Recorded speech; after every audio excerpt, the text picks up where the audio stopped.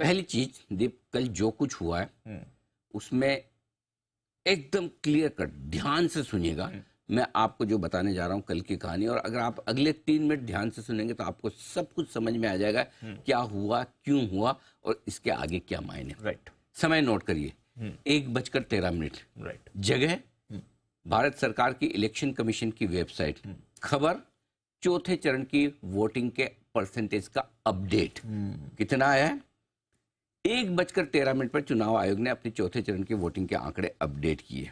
ठीक है, और ये वोटिंग का आंकड़ा जो बढ़कर आया वो है 69.16%।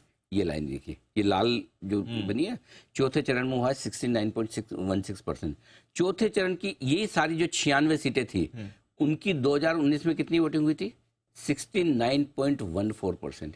यानी कि पहली बार इस चुनाव के पूरे रण में पहली बार चौथे चरण में 2019 के मुकाबले में वोटिंग परसेंटेज बढ़कर आया है।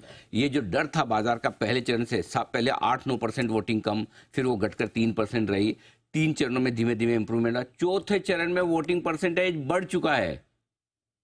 ये बड़ी बात, 2019 के मुकाबले में ज्यादा वोट पड़े, ये फाइनल वोटिंग फिगर।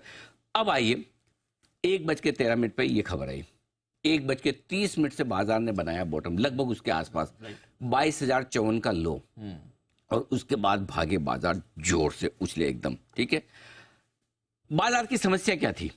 गिरता वोटिंग परसेंटेज, और गिरते वोटिंग परसेंटेज को लोगों ने डायरेक्टली बाजार में लोगों ने जोड़ा कि जितना वोटिंग परसेंटेज कम उतनी बीजेपी की सीटें कम। जो 400 से 350, 350 से 325, 300, फिर उसके बाद 200 से 300 की रेंज की सीटें आने लगी।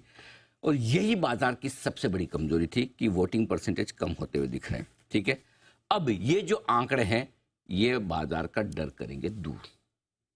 अगर आपके चौथे चरण के आंकड़े पिछले 2019 के मुकाबले में बढ़कर आते हैं तो इससे ज्यादा, मतलब अब और क्या करें, रिजल्ट आज ही दे दे, और क्या चाहिए। करेक्ट। तो ये आंकड़े आपको दूर करेंगे। अब आइए पूरा एक एनालिसिस और, अब तक कितनी सीटों की वोटिंग होगी?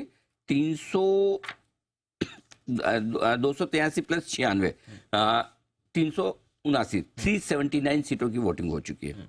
ठीक है, पहले 4 चरणों में जो टोटल वोटिंग हुई है ये 67% के आसपास है, 66.95%, 67%।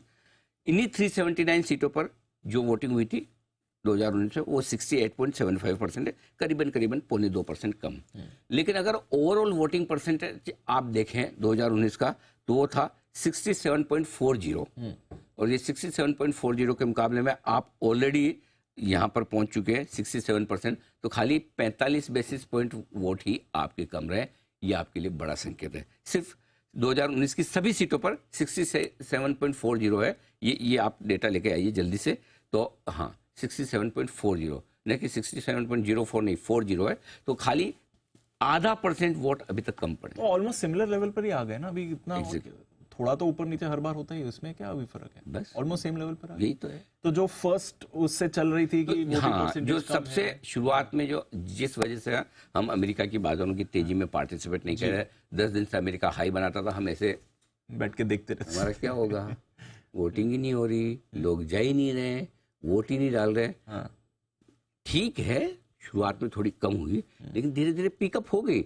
जब कम हुई तो सबने जोर लगाया, और जब जोर लगाया तो आपके सामने नतीजे हैं। तो इसलिए अगर लोगों को, बाजार को वोटिंग परसेंटेज कम होने का डर था तो वो डर आपको चौथे चरण की वोटिंग परसेंटेज अगर 2019 के मुकाबले में बढ़कर आई तो आपका वो डर दूर हो जाना चाहिए। डर दूर हो जाना चाहिए ना, ये जो वोटिंग परसेंटेज की बात। सर